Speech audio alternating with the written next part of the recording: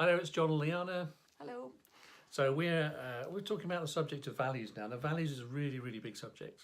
But one particular aspect of it is the idea that it can be very easy to get trapped in other people's values. Okay, and you think from a work kind of context that you might find yourself in a particular career, as so many people often do. Just find themselves in a particular career, and they're in their 30s and 40s, and then they go, I never wanted to be a vet, or I never wanted to be an accountant. But Nothing against accountants. nothing against accountants or vets. Or vets. Yeah. But actually, they realised that was from their family. Their father was a vet, mother was a vet, or something, and so they've kind of fallen into valuing a certain career or occupation, and that can be a bit of a trap. So I've got some other examples, Liane. Yeah, I think it's very important. I mean, my own example is a good example, I think, because I'm German, as you know, and in Germany, when you have a career, it is kind of, it's at least in my generation, it's a bit like you start going a path and then you expand that path. And I didn't really choose accountancy to start with. It just happened, and then I spent 20 years building on that and was financial controller and studied economics and came to England and did it again, studied more and accountancy and these kind of things. And then it came a point where I was really challenged in a sense of, do I want to continue what I'm doing, or do I want to risk everything I have built up and actually do what I want to do? And I took the leap and changed my career completely, but a lot of people couldn't understand it because it was such a massive change from being a financial controller to then being a hypnotherapist and then being a relationship coach, and people see you in a different way. But sometimes we are in that place that value change, or in my case, that I really then felt I did enough of that one, that chapter is closed, and I would love to do something different. How did you make that switch there? What was the sort of threshold you had to be? Because most people, when they go through a change like that, and they suddenly realise they're living the wrong values, or the values that they had are no longer valid, there's some kind of threshold or push which kind of pushes them over that edge and goes, they get to a point where they have to stop doing something and start doing the other thing. What was that for you? I mean, I was kind of a workaholic. I worked a lot, and I didn't have the right balance. And mine, like a lot of clients I have, is a near burnout. That was the challenge, where I had time to think, and the necessary, health challenge to think about my life in more detail.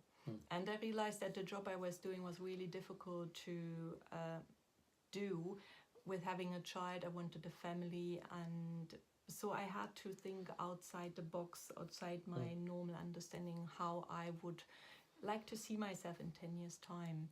And I wanted to be much freer, and I love working with people, so that was bit by bit. It started with exploring it, and then exploring more, and then finding things I got excited about, and at some point you just have to jump and to trust that, and trust in your own abilities, and knowing that even if you make a mistake, you're doing something you really want to do, and you don't regret later that you haven't tried it. That was, for me at least, the reason. And that's what tends to happen. There tends to be a higher order value, which in this case with health and family and having children, which kind of will kind of override everything else, and really says, now it's time to do something different. For me, it was I was working in the technology industries up till I was about 36, 37, and I was director of a company. I was doing really well and so on. But what I really loved was technology and people, and I had a very independent role where I kind of travelled the world and worked with leading technologists and all sorts of really fancy sort of stuff. And actually the next job up was managing director of this particular company. And I had a good chat with my friend at the time who was doing that job. And he basically said, well, half my job is just writing reports, which then get sent off to America, and then they get ignored and they tell me to do something different. And I just thought, well, you know, it'd be nice to have the money and the position, but that is not the way I'd want to live. It's not the way I'd want to live. So I knew I knew that the next step up was such a conflict of my values that I really needed to do something different. And that's how I then got involved in the professional training and coaching industry. But that was the threshold that pushed me over the edge. That essentially a higher order value of independence, innovation, valuing people, looking after people, overrode the need for more money and status. So that's what happens. Okay. So we're talking about that very deliberately in a working kind of context, but you can also find that, you know, in families. You know, how many things have you done in your life because that's what your family did? How many things do you do in your life actually because your friends do them, but actually you could drop them, you know. But actually, you value your friends more than the activity, so you go along with things. In relationships, you know, romantic relationships, how many of us go along with our other half doing something because they value it? Okay. But it takes time.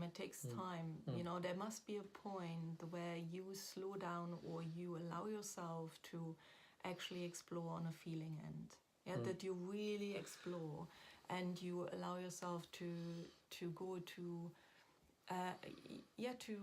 it sounds maybe a bit fluffy, but your own wisdom. You know what you want if you give yourself enough time. There was I forgot who said that, but if you want to make a decision, you should not ask people. You should go away and spend 5-6 days on your own and just stay with what you want to decide about and wait. And it will come. And I learned more and more, and I'm sure you as well, to trust that. Yep. Even if it doesn't make any sense intellectually, and that is the challenge often when you have these career changes or these changes, that on one point or on one part of you it makes absolute sense, but you can't back it up intellectually. And we are so used to need to do that people approve us or that people understand why we want to make these changes. And at times we have to just be honest to ourselves if we want to do the change. And again, there's no right or wrong. Yeah, if people decide to stay out of security in a job, that is okay too. But when you then make the decision that this is your decision to stay there, you still will feel that the resistance drops because you have consciously decided to want to do that and not just getting along with things or getting that underlying feeling that's really something I don't want to do, but I'm scared of changing. Yes. Yeah, and I think both our works, I think the therapeutic work and the coaching work in business, actually very often you leave someone where they are, but with an acceptance of why they're making that choice and feeling much more comfortable with it. So you can choose to operate against your values, but then there's a danger to that, but also that's a choice as well. Or maybe someone maybe you haven't reached that threshold yet. There is, as we're talking about this threshold, maybe it hasn't got as bad as it needs to get until you really make that jump. And you're allowed to change your values. Yeah, the thing is that resistance is where we stress ourselves. Yeah. Resistance. So if you have something where you say, I accept, I will not change that, then you have to lower the value in that area. You have to change how you think about yourself in that area. That you're not beating yourself up for not making the change and accepting that is, your new found okay or acceptable state. Yep. Yeah, absolutely. So what we'll do a lot more on values, because it's at the heart of all good relationships and at the heart of all problems with relationships too.